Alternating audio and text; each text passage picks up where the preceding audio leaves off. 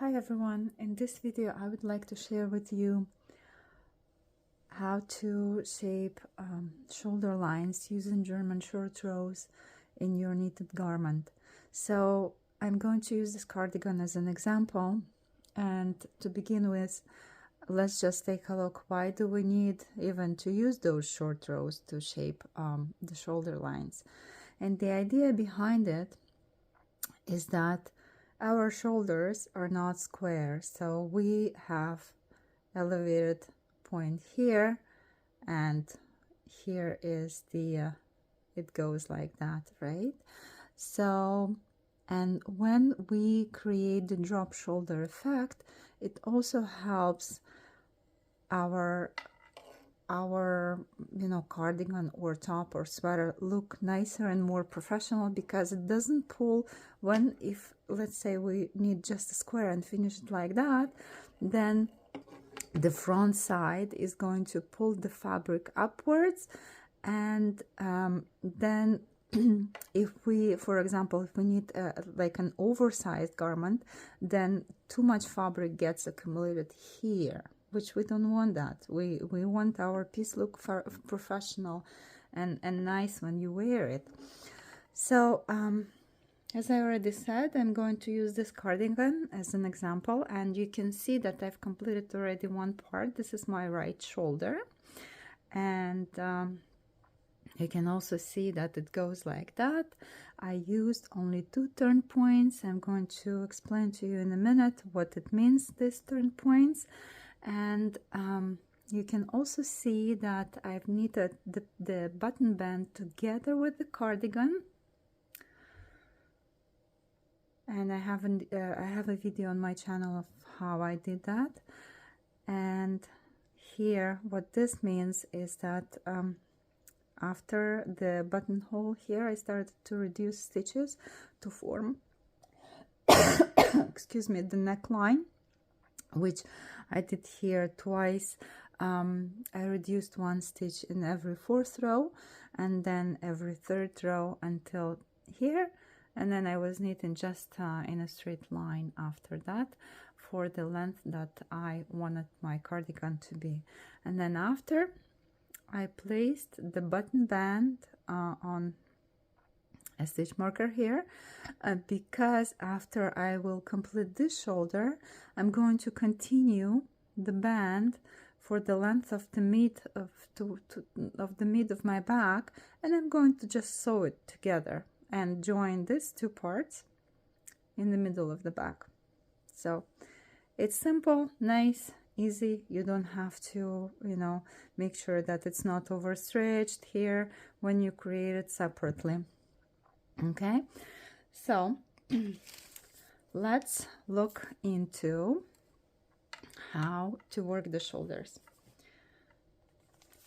If you need a cardigan that just like similar to mine, you have to keep in mind that you have to create, so you have the back and you have the front, right? And so let's say this is the left shoulder, and the elevation point is going to be here, and the short rows that you're going to create. So here in my cardigan I use 2 turn points, but it can be anywhere from 2 to 4. Okay, so it also depends on the number of stitches that you're going to have here. So the more number of stitches are here, the more turn points you need to consider. Okay, the other important thing is that you have to have an even number of stitches for the front and for the back. To achieve that, it is better to use the markers. Okay, and if it happens to you to go ahead and knit the button band together with the cardigan, then you have to subtract this number of stitches from the back count, because later on you're going to deal with it with the band, but you first need to join the stitches. See, so I've counted my stitches here. I have a button band that is 8 stitches. I subtracted this number from the stitch count for the back portion, and then I just used the needle method to join the stitches from the back together. Okay, so let's take a look. Here's our elevation point, and for the left shoulder, this is the front part. You're going to work on the wrong side, okay? So because you have to go to the first point, go turn, go back, and then turn again, go to the second point. If you have 2 turn points, then return. And then the very last row is going to be your final row, where you're going to pick up all this yarn that was wrapped around the stitch that I'm going to show you how to do it in a second. And then that's for the front. Okay, for the back is slightly different, because let's say this is the back for the left shoulder, and you are going to be working on the right side because you straight goes so here's your edge, and you go straight from this point to here, leaving like a number of stitches left for the edge, and then you're gonna turn, return back, then go into second point, return back, and then the last final row you're gonna need all the stitches. Okay, after that you're ready to join the front and back together using the method that you prefer, that is more comfortable for you. All right, so let me show you. And okay, and for the right shoulder is, so here's the right shoulder. You're going to be working short rows on the right side for the front part, and for the back part you're going to be working on the wrong side, because you have to start from here and work your way towards the edge of the back, right side for the back. Okay. All right. Let's take a look. Here is my front part for the left shoulder. You can see that you can see the elevation here. Okay, so I have to create an elevation on this side, right? Because the shoulder is gonna go like that.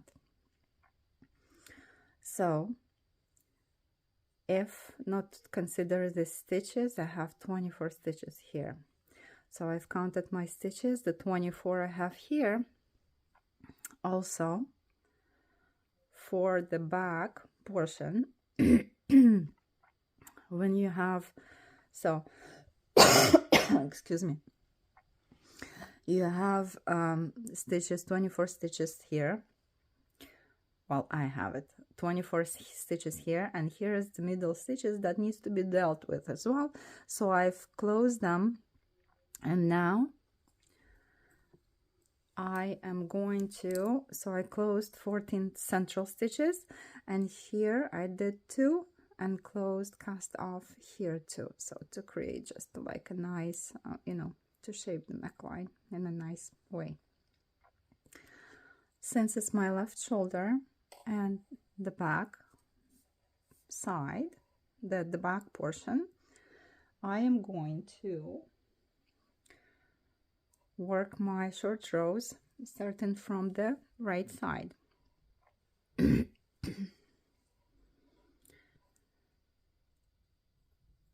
Let's see. So I've got 24 stitches,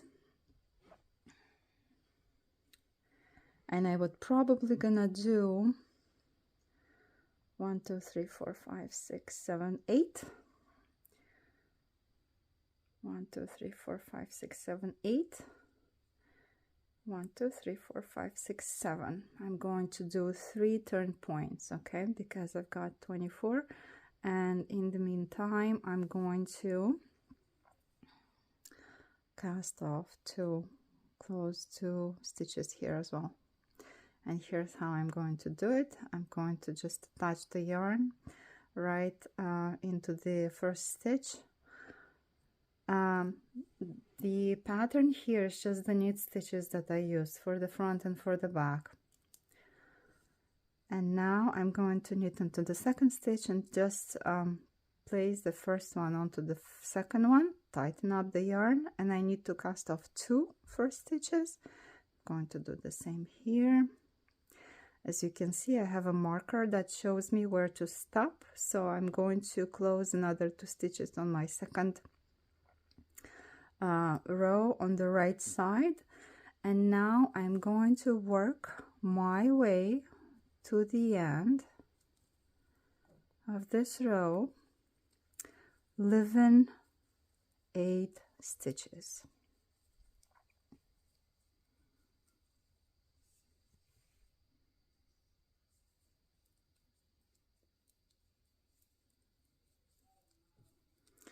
So 1, 2, 3, 4, 5, 6, 7, 8, and the 9th one, actually no, the 8th one, I'm going to slip. So I have here 1, 2, 3, 4, 5, 6, 7, 8. Excuse me.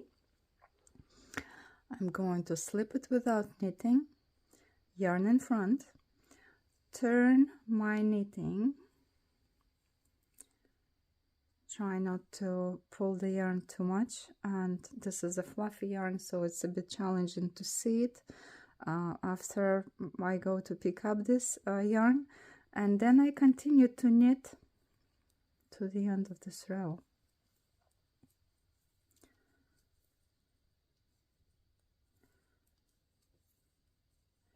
Also, if you're not sure, you can right away place the marker here, so this way it's, you know, you have a better orientation where to count the stitches from for the second turn point.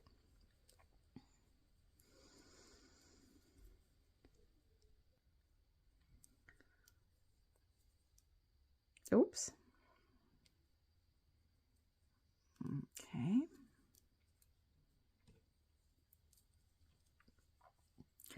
I turn my work, and here I have to close to front first 2 stitches. I'm gonna do the same thing. Skip the first one, place the knit the second one, place the first one to the second, next one. Okay, now I'm going to count right from here. This is my 8th stitch. From here I'm going to count 8 stitches. 1, 2. I'm not counting this one. 1, 2, 3, 4, 5, 6, 7, 8. So this is the stitch that I'm going to wrap the yarn around. 7. So I'm going to knit the next 7 stitches. 1, 2, 3, 4, 5, 6, 7, and the 8th one I'm going to slip onto the right needle without knitting it, yarn in front, turn work, place it the stitch back onto my left needle, and continue to knit to the end of this row.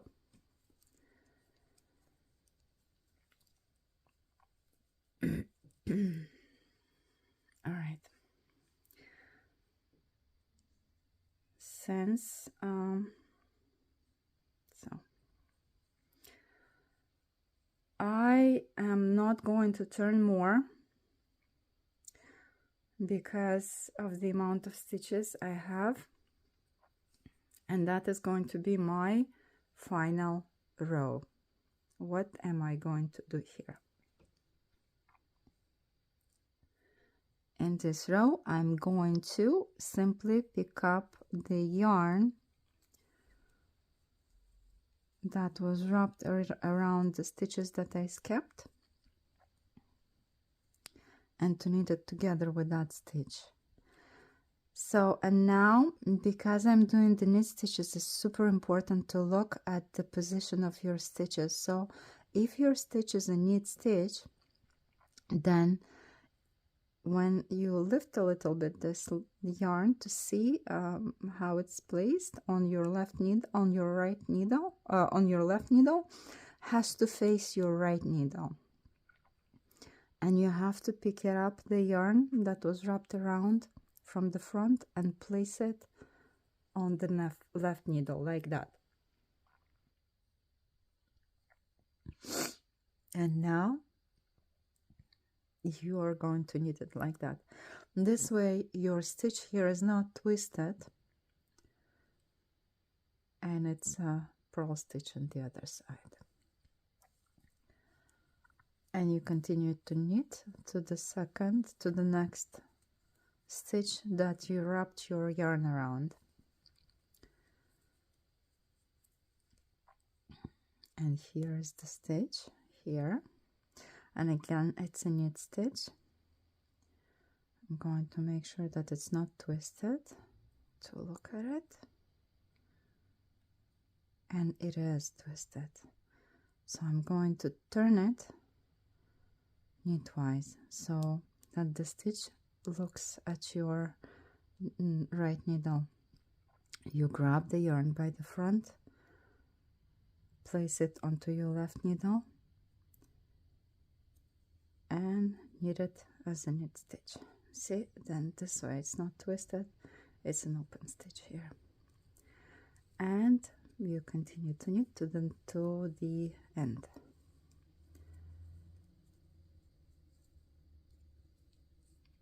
Okay, so again, verify your stitches when you join them together, so it's going to have an even number of stitches. If like you are 1-2 stitches off, you can just simply, you know, throw one onto the second one just to reduce it. You won't see it when you join the parts together, front and back, but it's better to do it right away prior to joining the parts together. Okay, so I am ready to join my front and back together. For this, I'm going to place my stitches just like that, outside, so inside out.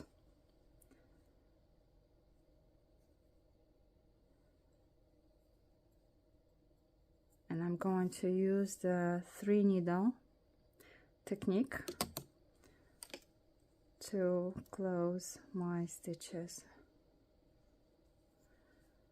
I'm going to line them, and in my case this 8 stitches I'm not going to knit. I'm going to deal with the button band later on.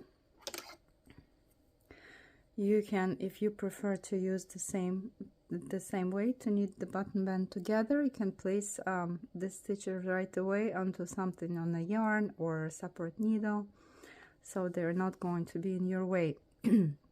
Now it's very simple. When you join the stitches stitch by stitch, make sure that the loops are facing you on this side and facing out, like facing this part for on the left needle, on the other needle. Okay, so when you join them together, they're not going to be twisted and you won't see it on your seam. What do I mean by that? So the loop has to face like that. See, an open loop has to face this side.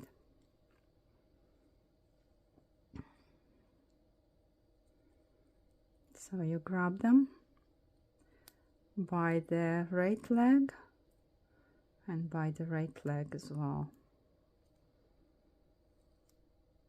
Knit them together and place the first one onto the second one. Again,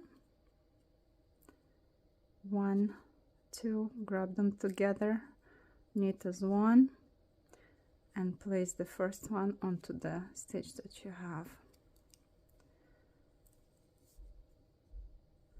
And you continue like that to the end of this row.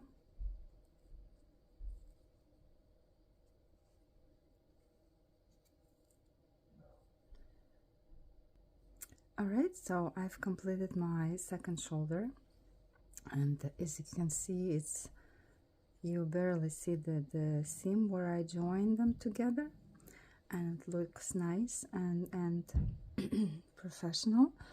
And also, when you work, for example, if you use this technique in a top with a boat neck, the fact that you're going to do the short rows and elevate these points will naturally lower your boat neck on both sides, so you won't need to cast off any stitches to use any short rows here, so it's going to be just looking nice and good on you. All right, so I hope you enjoyed this video, guys, and happy knitting.